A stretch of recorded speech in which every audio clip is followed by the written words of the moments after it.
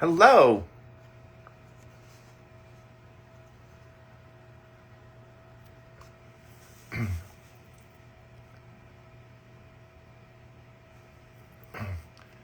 Can you help me? Possibly? What do you need help with? Gaza. I'm assuming it's about Gaza.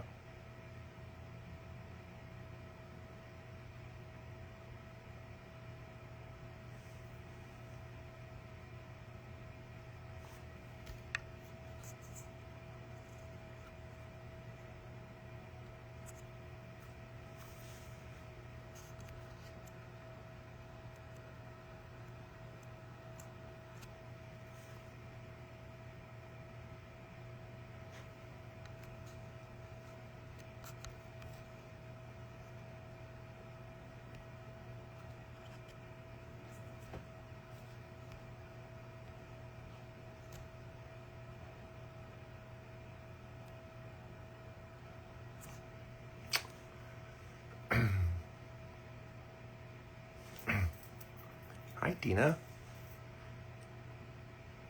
Can you hear me? Can everyone hear me? This is my first time using IG Live.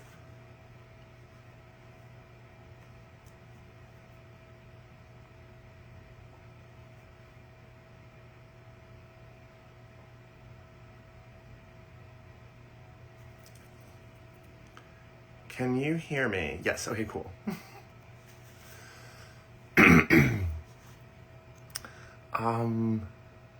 So to answer Iman's family, I am running for Congress on part to end the genocide in Palestine. If elected, I will not give Israel any money, and Benjamin Netanyahu and his entire government need to be held accountable.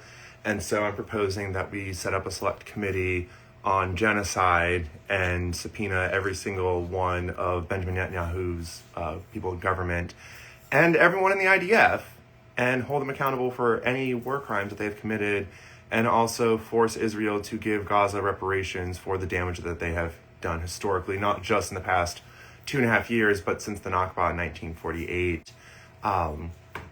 As far as more direct help, I can always try posting a story on my Instagram and hope that there are supporters out there that are willing to donate. And I might be able to contribute a couple dollars myself, but I am unemployed, so I don't have a lot of funds, but I'm happy to help where I can. Hi, Yoshi, come here. Here's Yoshi, as promised. Hi.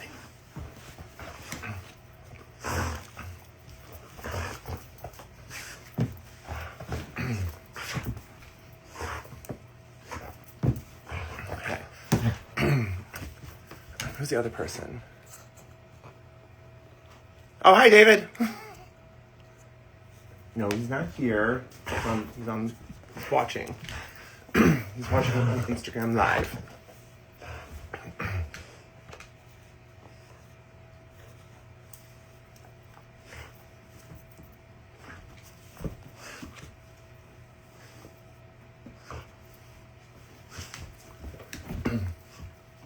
Does anyone have any questions?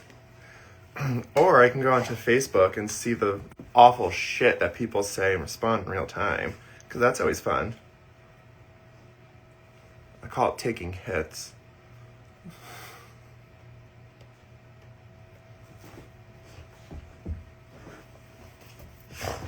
Send allow. Save.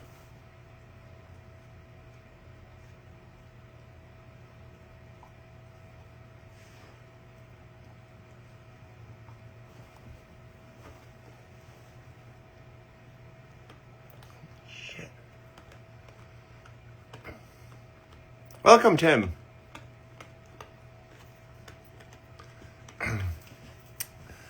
Let me know if anyone has any questions. Until then, I was just thinking I can read awful comments on Facebook because some of them are hilarious. Let's see. Ooh, 47 comments. You know, my vote, excellent. Vote for Democrat, destroying America one person at a time. creative, I guess. Kevin Smith. So you want the state to keep running on corporate-funded politicians? A positive change. He's living in L.A. La La Land. Is he a Democrat? Wow. People don't read, do they? The top 2 killers worldwide in the last 100 years. Socialism and Islam. Did the fire department to kill someone you know? Interesting. Islam. Well, that's funny. The Crusades started with the Christians.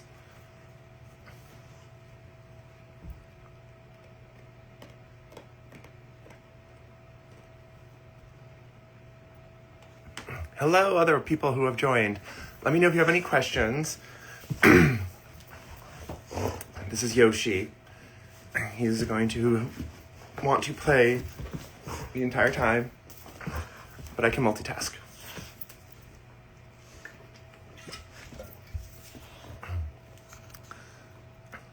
Do we have any questions? This is my first time on Instagram Live. Okay, so I'm assuming all comments will pop up here and I will see them. So yes, please let me know if you have any questions or if there's anything you would like to talk about. And I think I can invite people on live. So if you actually want to have like a conversation that other people watch us have, please let me know.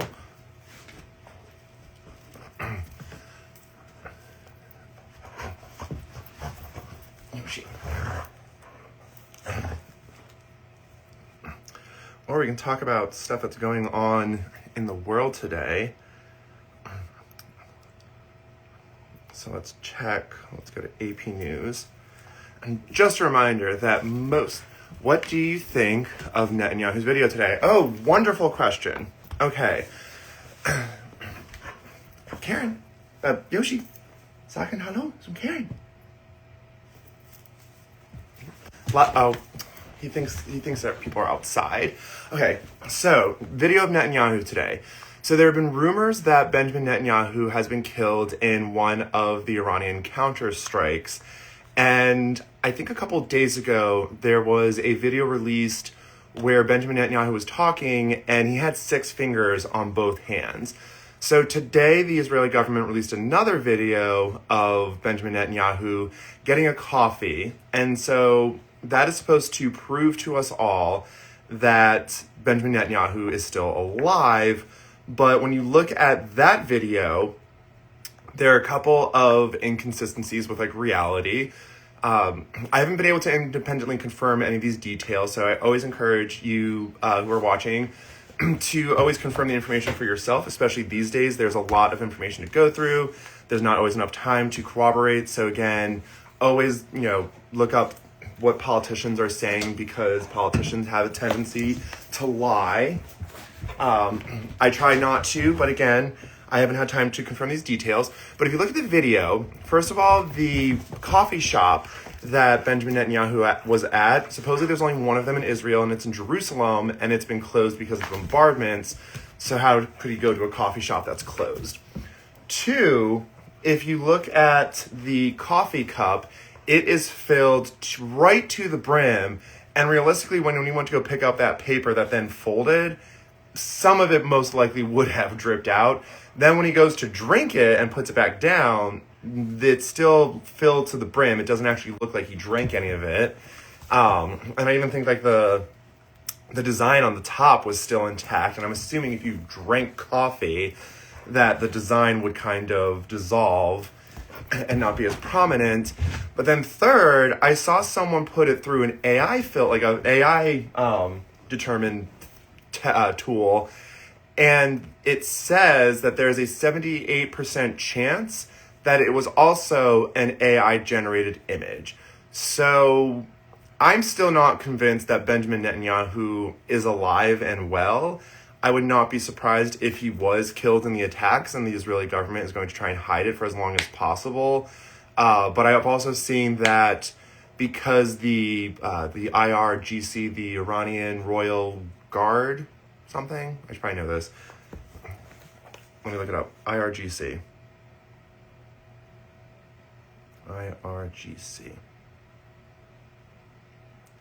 the Islamic Revolutionary Guard Corps. They have, I think, like not only a warrant for his head, but like a bounty, dead or alive.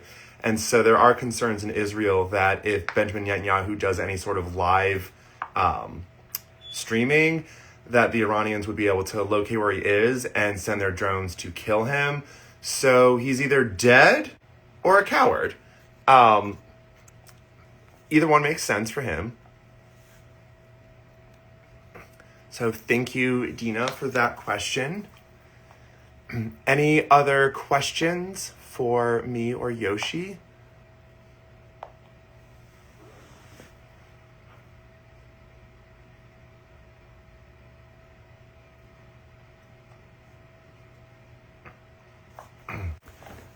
We are looking for questions that I'm eager to answer, or I can go on the news. And when I say news, I use the term news very lightly because a lot of news is at what office are you running for? I am running for Congress in Connecticut's 3rd Congressional District. I am challenging the current Congresswoman Rosa DeLauro for the Democratic nomination. The primary contest is held on August 11th, and there are 2 ways to make it onto the ballot in Connecticut. The first way is to get 15% of delegates at a convention. On May 11th, each of the 5 districts will hold a convention where the DTCs, or Democratic Town Committees, will send delegates to vote to endorse a candidate for the primary. The DTCs are mostly controlled by, so the DTC chairs in Connecticut have wide leverage on who they choose to be delegates. So technically you could have a DTC where 80% of them want to send delegates that are more likely to vote for me, but the chairperson can just decide to send Rosa DeLauro loyalists. I would need to get 15% of those delegates to be put onto the ballot. The second way of getting onto the ballot is the the petition signature process, which would require around 4,200 notarized signatures from Democrats within the district agreeing that I should be placed on the ballot. Both of them are a challenge. The state of Connecticut has never seen a primary contest in the congressional races. And so this year there's actually 4 contests against the 5 incumbents. And some of us are hoping to make history with being the first to be able to primary. I think they are all in organized crime, maybe. I hope you make it into Congress. Thank you. I agree that they are organized crime because if you take a look at all of their corporate funding, it explains a lot of why they vote the way they do. So for example, this war in Iran, I know that Rosa DeLauro has come out for the War Power Resolution, but to me, the War Power Resolution is a bit of a cop-out because it just says that we don't agree with this war because we didn't declare war. It doesn't say that they don't agree with war in general. They just don't agree with the war because they didn't give Trump permission to do that. But at the same time, when you vote for a $960 billion imperial war budget back in December, as Rosa DeLauro did, what do you expect is going to be done with this imperial war budget, especially with someone like Trump, who has been eager to attack Iran? And when you look at the corporate funding, people like Rosa DeLauro, she takes money from L3 Harris, Honeywell International, General Dynamics, Boeing, Lockheed Martin, RTX Technologies. And over this past weekend, or actually it was the weekend before that, Trump had all of the CEOs of all these companies over at the White House to discuss ramping up weapons manufacturing. And so when these people take that money from these corporations that are going to profit off of this war with Iran, I think that should be criminal. And there is no reason why there should be, that we shouldn't have public funding of elections, because this is what keeps happening. We keep getting these large corporations who are now suddenly people because of the citizens' impeachment decision back in 2010. And instead of politicians trying to get those funds from small dollar donors, from grassroots support, from constituents within the district, they just cop out, go to the corporations who give them tens of thousands of dollars each year, and then most likely do their bidding. Rosa DeLauro also takes $170,000 from AIPAC, and the Israeli lobby has been pushing for war with Iran. And Marco Rubio even said after the initial attack that the reason why America decided to attack first was because Israel was going to attack and they couldn't stop them, which to me just goes ahead and proves that Israel is more in control of our government than the American people. And I believe a lot of that comes back to the corporate funding. Can we talk about the people found guilty RE Palestine action in the U.S.? Oh, Karen, can you please go into that a little bit more? I haven't heard about I did hear something somewhere in Texas where a couple protesters were arrested. Is that what you are referring to? I'm a lawyer. Do you want my signature? I would love your signature. In order to be eligible, you have to be in one of the 25 towns in the district. Well, you have to be within the district, which encompasses 25 towns. 3 of them are split with other districts. So if you live in Shelton, Waterbury, or Middletown, you might be in the 3rd district, or you might be in districts 4, 5, and 1, respectively. And then the other 22 towns, let's see, we have Ansonia, Beacon Falls, Bethany, Brantford, you see Derby, Durham, EFG, Guilford, Hamden, Hamden, HIJKLM, Milford, LMN, New Haven, North Haven, North Brantford. Let's see. Okay, I'm gonna have an alphabetical order. We have Wallingford, Waterbury, Woodbridge, Seymour, Prospect, Orange, Stratford, East Haven. I don't think I said East Haven yet, and I'm missing 5. Which 5? Naugatuck, and there are 4 more. So if you're in any of those towns, you can go to our website, www.riceforct.com, and on the top right corner, there'll be something that says signature sign up. So what we're trying to do is, so Connecticut's very strict with the entire petition process. We can only get official signatures between April 28th to June 9th, which is a 42-day window. So what we're trying to do is we're trying to get people to agree to sign those petitions when the window is open. But we're hoping that we can kind of get a larger idea of who will sign those so that we can target where to go to instead of just trying to randomly knock on doors and collect those signatures in 42 days. So if you are in any of those towns, and the signature sign up has a complete list of eligible towns, and there's also a couple of links.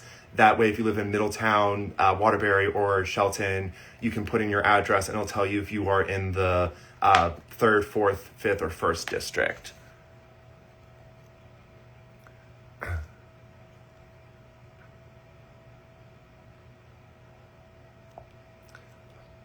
Would be super awesome to get corporate interests out of our politics. But yes, corporate interests should not be in our politics.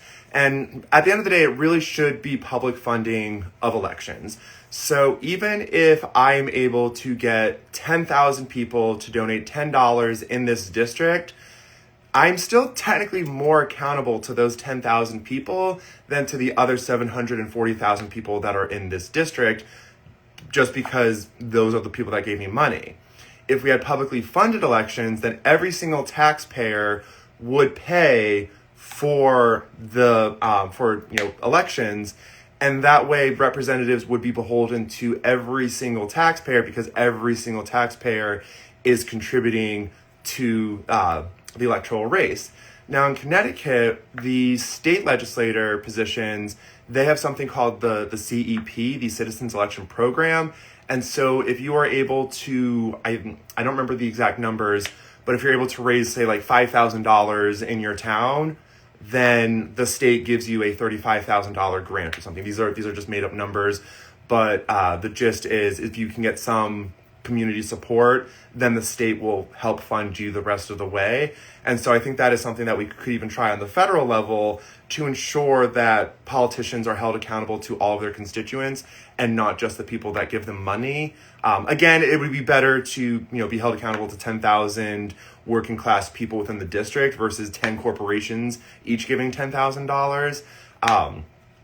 But there should be no corporations giving money. There should not be any corporate lobbyists in the halls of Congress when bills are being debated. The only people that should be in the halls of Congress are the legislators, key expert witnesses that they come in to have testify, and the public who should be welcome to be giving their comments. We should also get rid of, there's a bill in Congress called the Restore Trust in Congress Act, which would ban stock trading for members of Congress and would prevent anyone, I think, in their immediate family from trading stocks on the information that Congress people have. Congresswoman Rosa Laura has not co-sponsored that bill. I would definitely push for that on day one, because we need to make sure that Congress people and their decisions are being made on the benefit of their constituents, not the benefit of their pocketbooks. And we also need term limits. We should not have members of Congress that are serving for 3 decades. My congresswoman right now has been in office since 1991, so it's been 35 years. At some point, we need a mechanism to ensure that there are new and fresh ideas getting into the government, and also having people who, when they pass these legislative priorities and pass these legislative packages, that they might actually be around to see the repercussions of them. Because, statistically, people in this country only live till around 78, 79. If you're a member of Congress, you're obviously going to live longer because you have the universal healthcare coverage that you are denying the rest of us. And you can always see a doctor, not something else that you deny the rest of us. So even though they will live longer, they're not going to statistically live another 20 or 30 years to see the full effects of those decisions. And so at some point, I think it's just only fair that the younger generations get the opportunity to actually put in legislation that they will have to live to see themselves, versus people who might be dead in the next 10 years on legislation that could affect us for the next 50. Okay. Trying to type, my phone is tiny, no worries. Oh, let me go back up a little bit. As a lawyer, I also think it's completely unconstitutional. Yep. What's super awesome. Yep. Sadly, it's an old model, selling weapons and material for war.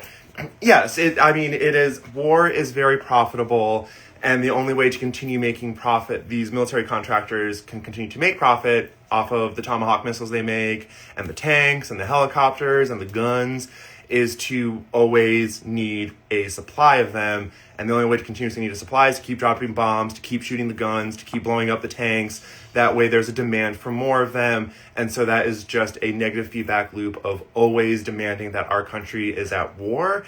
And I'm sick and tired of my tax dollars being used and spent to destroy nations across the world versus building up our own nation.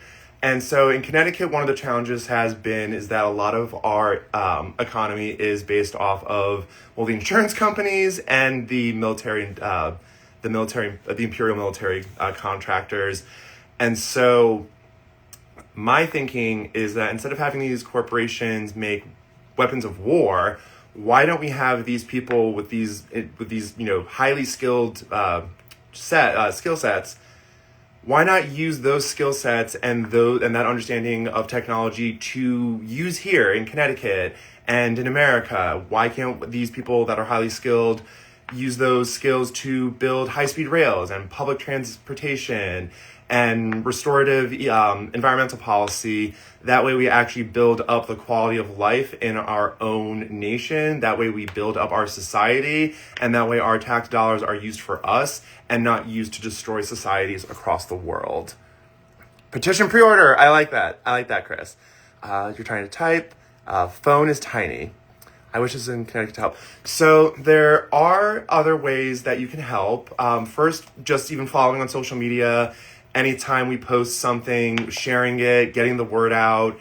The algorithms are based off of likes and shares and comments.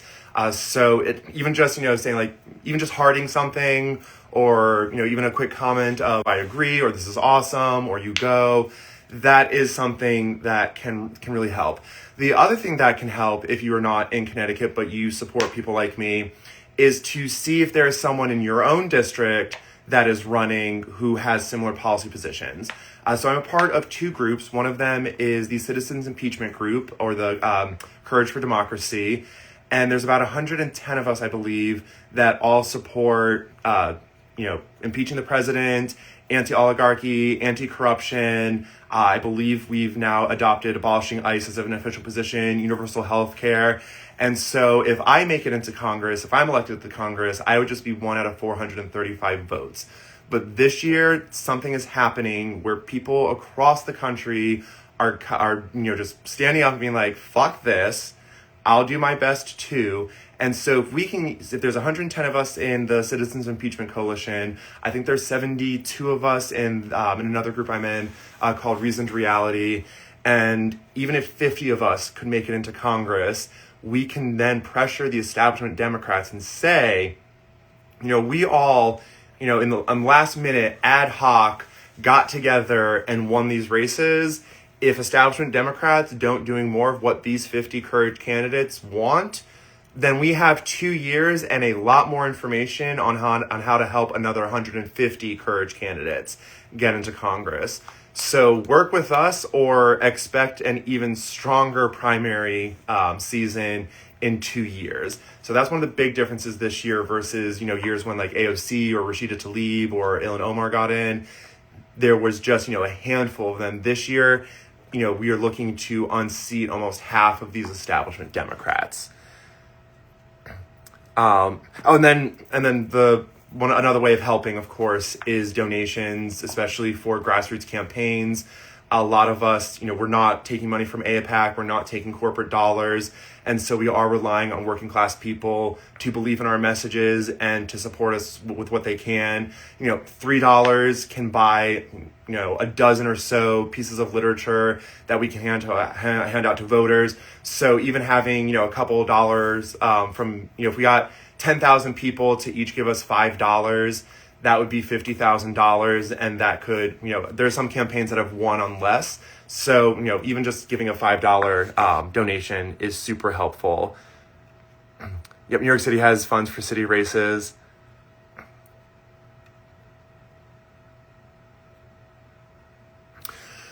So yes, the power to declare war is something that is held within the power of Congress. First of all, Donald Trump is just not going to listen to anyone because he doesn't listen to anyone. But the Military Authorization Act in early 2001 did give, I think it's the UAMF. Let me double check that. The UAMF.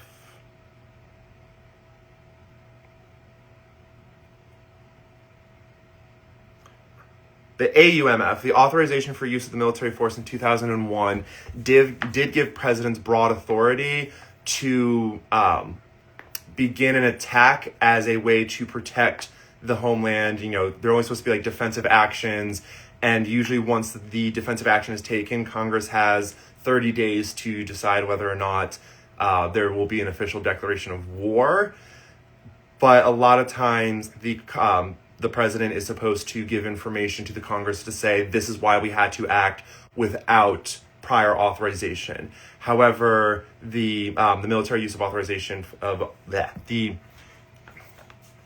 just said it and I immediately forgot it. The authorization of use of military force does give the president broad discretion. And so one of the things we need to do as Congress is repeal the AUMF from 2001. And then when the president does violate the Constitution, there is the impeachment process that can be used to remove the president. But right now we just don't have, even establishment Democrats, if the Democrats win the majority next year, have already said that they're not committed to impeachment, which is just one of the most basic duties of the Congress as a co-equal branch of government, that if one of the other branches are violating the Constitution, that they're held accountable through the power of impeachment. But the Democrats are spineless and don't have the guts to just go through with it and push for this and at least get everyone on record as to why they continue to support a pedophile president, a PDF president. I've heard that if you use certain words on live, it'll stop the feed. So if I say PDF, that's the Epstein stuff. G-side, that's what's going on. The situation, the Geno blank, blank, blank side in Gaza and around the world. I think there's just like a whole list of things that you're not supposed to say because apparently in this country, we actually believe in censorship. maybe you can meet with Sikorsky. So even a $5 recurring donation, it really helps. It really does help. And you could, yes, so Sikorsky, that's a lot of what people say is, Sikorsky, provides a lot of jobs and, we get a lot of money because of them. Well, first we do need to look into exactly where that money is going, because I have read reports that Sikorsky a lot of times will get that money, hire people within like a year, lay a bunch of them off. So I'm not convinced of the stability of the job market at Sikorsky as it goes with military. And the other reality of the situation is that in order for there to be societal change, there are people that are going to have to make sacrifices. I think it is the government's responsibility to minimize the impact of those sacrifices and to ensure that if citizens are being asked to sacrifice, that they do have a security net of something that prevents them from losing their homes, losing their livelihoods, losing everything they've built for themselves. But again, a lot of the people that work at these corporations, they have a highly technical skill set that I believe that with proper retraining programs provided through federal dollars can get those people retrained and get them jobs in this district that actually help build up our society. And again, don't continuously make machines for war that just keep us dependent on killing people across the world, which, is just in itself a moral catastrophe. But also we've seen the effects of our imperialism here at home. So when we have, when we bomb Venezuela, and we bomb Guatemala, and we bomb Ecuador, and we bomb all of these South American countries, we do get influxes of migrants that are refugees because we've destroyed their homelands. We've made the conditions in their own countries unsafe to the point where they feel that they have no safety in those countries. A lot of times when more leftist governments come into power and want to nationalize natural resources, the CIA and our imperial military go in, destabilize those governments, instill right-wing governments that then target, leftist people in those countries who are then forced to flee. And so when people get upset about, migrant surges, a lot of that comes from our own actions in other countries. And then when we talk about, other countries hating us and wanting to commit acts of terrorism in this country, it's, I used to believe, growing up that, people hated us because we had freedom. And then it was a hard pill for me to swallow to learn that, no, these wars were never about, or, these attacks were never about us having freedom. These attacks have usually been in retaliation for awful things that our government has done historically to these countries, not to condone violence. But when people are being oppressed, it's, at what point do you expect these people to not, lash out at their oppression and fight back? I mean, that's kind of a lot of what we see, what that happens in Gaza, is that they have historically been oppressed since 1948. So when there are upticks in violence against the Israeli apartheid state, at what point do you expect people to sit there and accept being dominated and to not eventually fight back? And so these wars are just, so I'm a huge South Park fan. And there's an episode called Mexican Joker. Every time we send our military somewhere to destroy people's homes, we're just creating a bunch of Mexican jokers. And hopefully people know that reference. Or you should go and watch that episode of South Park. It's really good. Okay. We are coalition building. Yep, AUMF was an act that was post 9/11.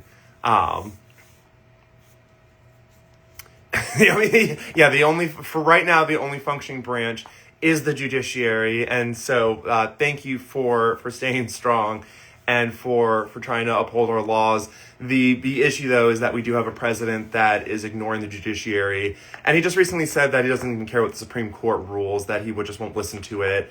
And so we do find ourselves in a precarious position because the only way to remove the president is through impeachment and conviction. And what would be very interesting is, say we do impeach the president. So the power of impeachment is held with the House of Representatives. Those articles of impeachment, if voted on, then go to the Senate, where the Senate is the jury, and they are responsible for conviction or dismissal. And then If he's convicted in the Senate, then he's removed. Now, in order for a president to be removed, they either have to go willingly, or the only people that could legitimately remove the president by force is the U.S. Marshal Service. But the U.S. Marshal Service is under the jurisdiction of the Department of Justice, which is led by Pam Bondi. And Pam Bondi is a Trump loyalist, if not an Epstein loyalist, because she is hiding the rest of the redacted PDFs in those files. But apparently our entire Congress is still not for exposing predators within their ranks, because recently there was a bill in Congress that was supposed to release the names of congresspeople that have been involved in sexual harassment charges. And even our own Congresswoman Rosa DeLauro voted down to have those people exposed. I believe AOC also voted against that measure. She at least gave the explanation that she would vote for it if there were more protections for the survivors. Rosa DeLauro has not given her comment as to why she voted against it. And so, yes, we should always be doing what we can to protect victims from undue scrutiny or any sort of action that could trigger them or further harm them. But at the same time, where are all those Democrats that voted against it, proposing another bill that would hide the identities and protect the victims from that additional hardship, while still holding even their, because let's face it, Republicans, Democrats, a lot of them are PDFs. A lot of them are sexual harassers. A lot of them are abusive. I hope it's not the majority of them, but abuse happens on both sides. I don't care if you are a Democrat. I don't care if you're a Republican. I don't care if you're Trump. I don't care if you're Obama. I don't care. If you have sexually assaulted someone or sexually harassed someone or raped someone, I don't care what letter comes after your name. You need to be held accountable, which is why we should also have a select committee on the Epstein files to ensure that every single person who is listed in those files comes before the Congress and answers all of our questions. And if they are found to be guilty of anything, that they are held accountable. We need to do this for the Epstein files, we need to do this for Gaza, and we need to do this for ICE. We need 3 select committees investigating these names, investigating all of these people involved in all of these atrocities, and holding them accountable. Because if we do not hold these people accountable for what they are doing, then we're just going to see this happen again in I don't know how many years, and it's just going to be even worse than what we are seeing today. Okay, we are collision. My branches. I wish the Supreme Court would do a lot of things, like not rip away people's rights and not just be complete hypocrites. Because over, I don't think it was this summer, but like last summer, they were saying that the affirmative action is unconstitutional because it bases, people's merits or whatnot on the color of the skin, and you can't use skin color in determining X, Y, and Z. But then when ICE was like, you know what, we really want to use people's skin color to determine X, Y, and Z, aka just decide that this person's brown, they must not be here legally, the Supreme Court was like, you know what, that's fine. So they can't even stay consistent in their own policy. I would personally like to see the Supreme Court expanded to at least 13 members. That would only make sense. There are 13 district court circuits, only 9 judges. So a couple of the judges have to double up on some of the circuits in our Article 3 court systems. So it only makes sense to expand it to 13 so that you only have 1 Supreme Court justice per district. But that makes too much sense. That would also require Senate action. So I'm hopeful that we can do something like that. I mean, I think part of the problem is that the Democrats just have not had a good message for the past decade or so. because their entire message has boiled down to Trump bad, vote for us. It's never, we're going to fight for universal health care. We're going to fight for student loan interest reduction. And we're going to fight for affordable housing. We're not going to, the Democrats don't want to fight for anything except being against Trump. And that is just not a winning message. So a lot of times when people say, oh, well, we just don't have the numbers. We don't have the numbers because we don't have a Democratic Party that actually has an inspiring message that will get people out to vote for them. And then let me make sure I'm reading some of these other comments. So I have to tell you, there really is a secret society of rich people. They've personally tried to hurt me. Oh, I believe that there is a society of rich people. And so Trump is an awful human being, but he has, for all of his lies, he has told the truth about a lot of things. So I definitely believe that there's a deep state. I don't think it's after him. I don't consider the deep state are those rich people that know who to buy, which strings to pull, and that is why things don't change, because a lot of times they find these, people on both sides that are willing to do their bidding. And then we just have a bunch of spineless Democrats and Republicans that never want to hold their own accountable. So I actually went to a fundraiser where John Larson, the representative for District 1, and Hakeem Jeffries, the minority leader in the House, were at. And I crashed the fundraiser, and I asked them, why can't you abolish ICE and end genocide?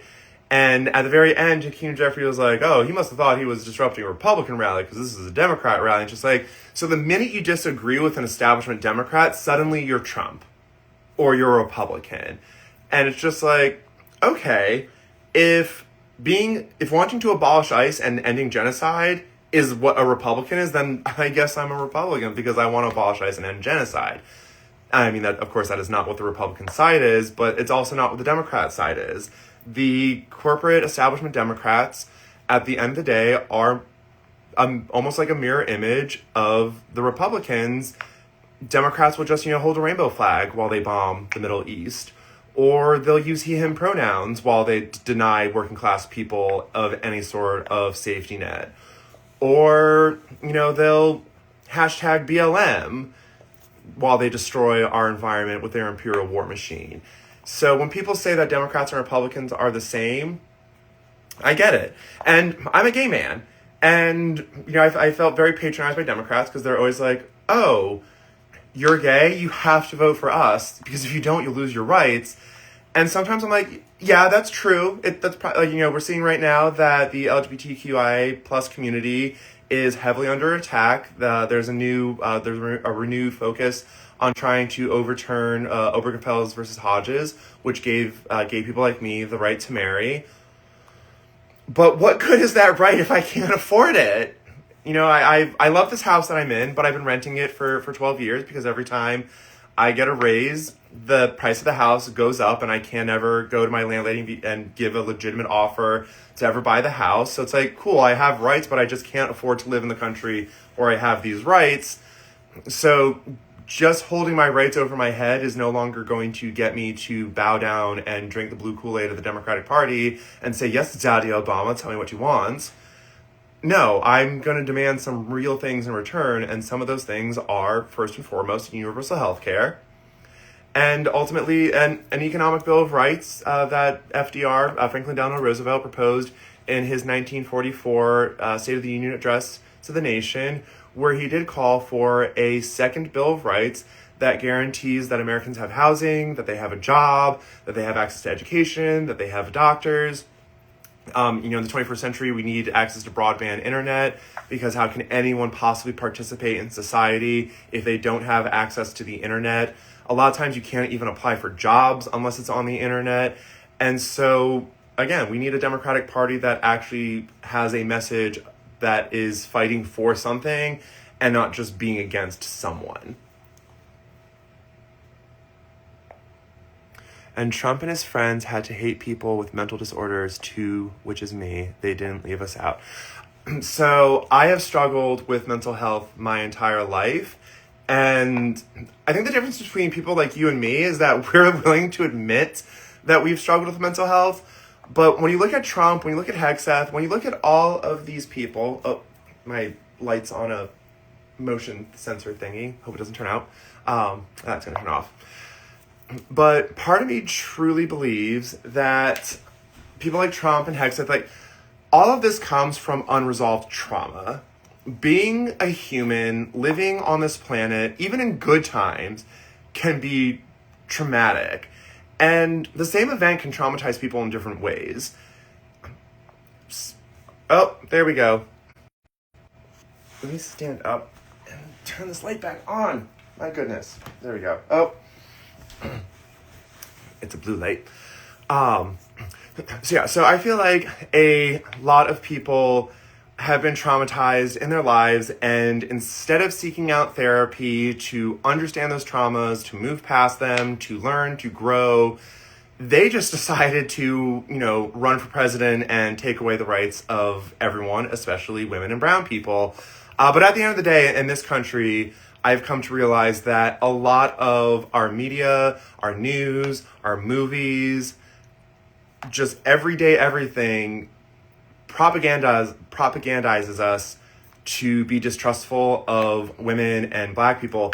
And so this is I think embarrassing that I've heard of the word hysteria, you're being hysterical.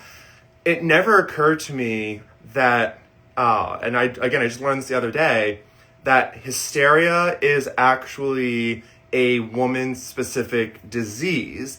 So, I forget, I know hyst is something that is, it's a Latin word for something, but the other word that I know that has that is hysterectomy, which I know is removing a woman's uterus. It's a medical procedure.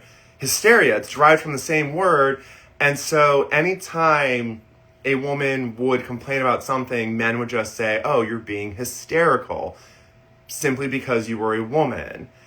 And so the more and more I look at things, the more and more I realize that most of my entire life, yes, we have been programmed to not trust women and not trust brown people. And so another, since post 9/11, especially since post 9/11, especially, Islamophobia has been so ingrained in us.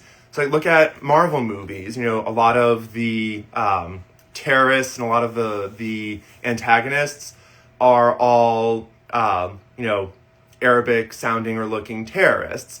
Even the Mandarin in Iron Man 3, who was originally an Asian character, I'm probably Chinese character, they changed him to be an Arab. And when you look at, video games, I remember, my brothers and friends playing video games where you were shooting Nazis. Then there was, Call of Duty Modern Warfare, which trained, our generation to be attacking, people that looked like the people that, destroyed the towers on 9/11. And then even today, when you look on social media, the Islamophobia is just one of the most acceptable forms of bigotry, because you can just, especially after Mamdani won the election in New York City, you saw people posting, the Statue of Liberty wearing, a full hijab and full garments. You saw, people say like, oh, in 2001, Islamics destroyed the towers, and 25 years later, we're electing them to, do it from within. And none of these people lost their jobs. I mean, hell, there are people that were just saying that Gaza, what's happening in Gaza is a G-side, and those people lost their jobs. So, in this country, but I mean, historically, race has been used to keep the working class divided. And so I recently learned that the white race wasn't even, whiteness wasn't even a thing until the slavery in this country, where the slaves and the poor white people realized how shitty they're being treated and almost formed an alliance to overthrow the slave owners. And the slave owners caught wind of this, and they were like, you know what? We'll give them some, we'll give them some hot dogs, sell it to them as filet mignon, so then they'll have a little bit more, and then we'll show them like, oh, look, you're like us because you have, your complexion, you look like us, you're one of us.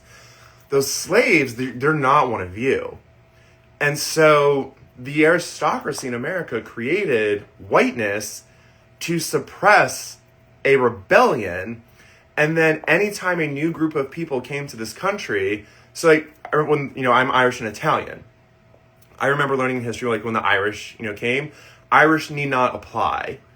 But then you find out today that like a lot of Irish people, Irish Americans, can be really racist.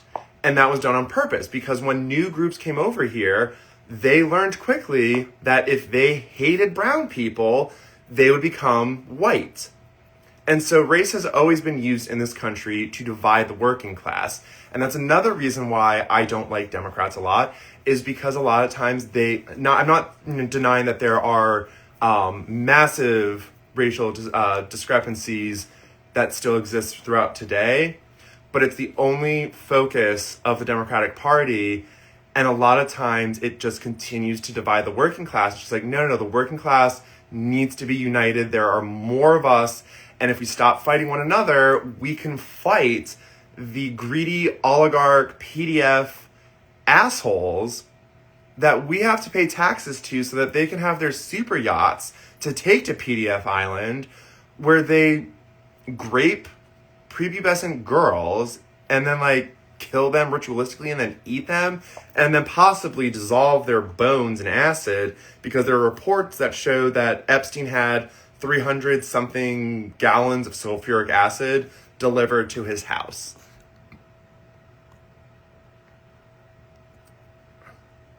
I know a couple people that have high functioning autism, and I can't imagine how you're all feeling, especially with what's his face, RFK Jr.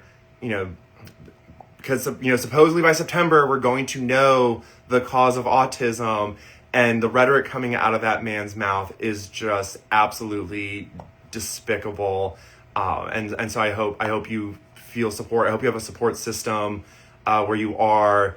And, I'm in Connecticut, but if there is anything I can do or any issue that I can raise awareness for that would make you feel more supported, please DM me, please let me know, because I want to try and be supportive of as many communities as possible. Because again, we're all working class and we need to fight together as working class people.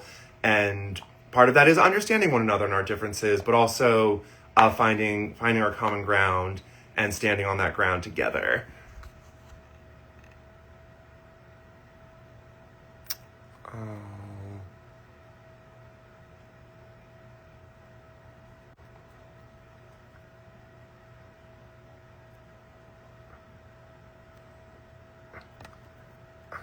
Well, I just want to say, Hall, I'm not sure you're Hall Wesley. I appreciate you being so open and vulnerable with what you're experiencing. I think that's something that's very unique these days, and something that's very important is to get people to be more open about their issues. So again, I've been diagnosed with depression before. I've been diagnosed with general anxiety disorder before. And I used to be so ashamed of these things. And then when you talk to people and are open about a lot of these things, you start to realize that a lot of people have suffered from similar things. And that is part of the system. Part of the system is to keep you closed off, is to prevent you from sharing, is to drive home that whole aspect of individualism. And they try and sell individualism as individuality. And to me, there's a huge difference. Individuality is, I have my mental health issues, but it's also that I'm gay, and that I love Star Wars, and I love Star Trek, and that I love gardening, and I love music, and I love movies, and I play the piano. Those are things that make me an individual in the sense of individuality. But America sells you on this idea of individualism. And that is the whole, pull yourself up by your bootstraps, every man is an island, I earned everything that I did for myself. And to me, it really denies the true, the reality of human existence, in that we are social creatures, that we became the apex predator on this planet because we could communicate with one another and coordinate and cooperate. And so I believe that true human nature is cooperation and not necessarily collaborative. Not collaborative, cooperation. what is the other one that capitalism has us do? Fighting against one another. Competition, my goodness. Sorry, it's late on a Sunday, so my words aren't always there. Sorry, those last comments were not appropriate. Which last comments? Oh, the Bin Laden one. So it's interesting you say that, because someone the other day sent me something saying that originally Osama bin Laden denied any sort of participation in the 9/11 attacks. And so I want to look into that more, because, so the government the government lies to us all the time about all of these things. The news lies to us all the time. And one thing that I always try and point out to people is that we don't actually have news in this country. We have current events entertainment. Because at the end of the day, these, like the New York Times is owned by the New York Times Corporation. CNN is owned by a corporation. MSNBC is owned by a corporation. All of these news sources are owned by corporations, and corporations have what's called a fiduciary duty to their shareholders to always generate profit. And so a lot of times telling the truth is not profitable.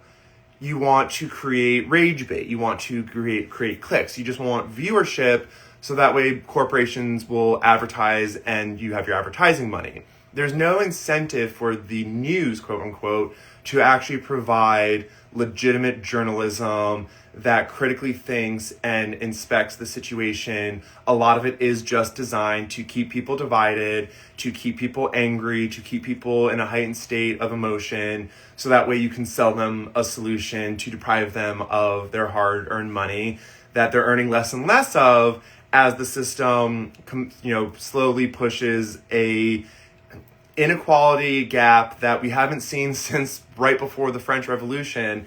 And I believe today there's actually a higher wealth income quality gap today than there was the year leading up to the French Revolution.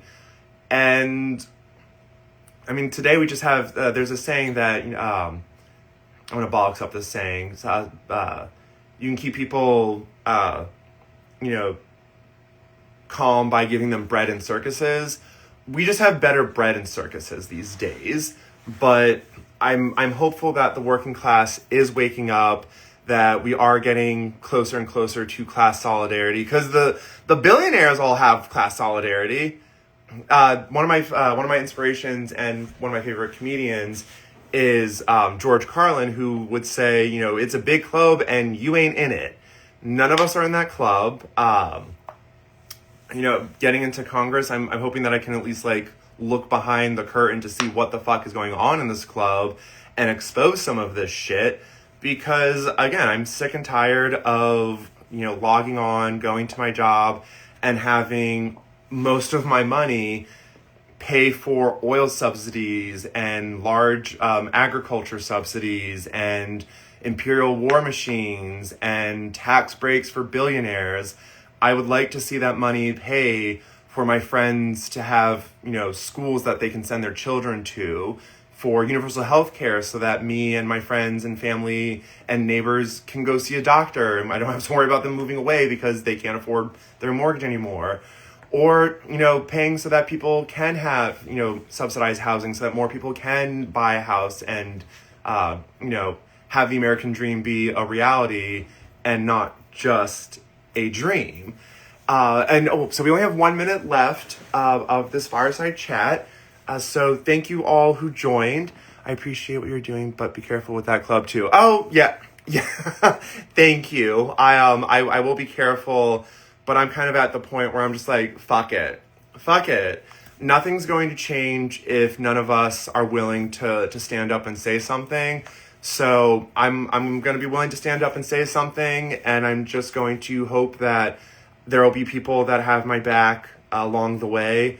But I'm going to keep fighting because I'm just tired of seeing the way this world operates. I'm tired of seeing how our government seems to care more about their corporate donors than the people who sent them to represent them.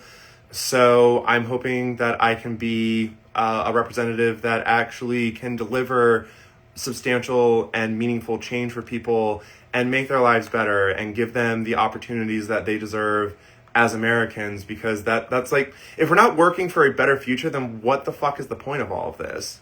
We should be working together to make sure that we all always have a better standard of living, that we are all always taken care of. We need to refocus on having community and being there for one another, and admitting that we are all emotional beings that need human connection. And so, one thing that I always try and tell people beyond policy and platform is self-love. It's hard to love another if you can't love yourself first. And the only thing that's more powerful than hate is love. So I always try and encourage people to love yourself, embrace yourself, and then love your neighbor, love them, embrace them, celebrate the things that make you unique, but then also celebrate the things that give you common ground. Find that common ground and find ways of working together, because only together can we build a better future. So before I wrap up, does anyone have any last questions? Sorry for the couple people who just joined. I am wrapping up, so one thing on the campaign is always setting boundaries with your time. One of the hardest things for me is if I'm like vibing with people, I don't want to stop. And so my advisors actually encourage me to find someone who will literally just like pull me away from things. That way I stay on schedule. Thank you all for joining tonight for my first fireside chat. I appreciate you being here. I appreciate your questions and your comments.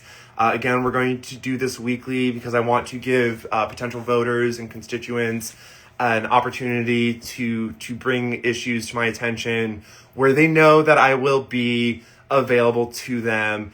And so in the beginning, I want to at least be available 1 hour every Sunday to give people the opportunity to know that I will be sitting there, seeing their questions, and answering them in real time as best I can. And then if I can't answer a question, try and follow up.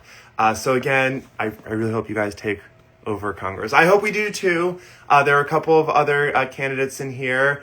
Karen Ortiz is running in New York's 12th district, and I'm hoping that her and I will be colleagues this time next year. If they think they don't allow you guys to run, that would really expose the gamership. Oh, we're just running, we're all exposing a lot of the gamemanship that is going on. And it's unfortunate to see that the Democratic Party is not the defenders of democracy that they claim to be. In any case, thank you all again for joining me tonight. And I hope to see you all again next week. Take care. Have some fun, because fun fights fascism. Bye, everyone.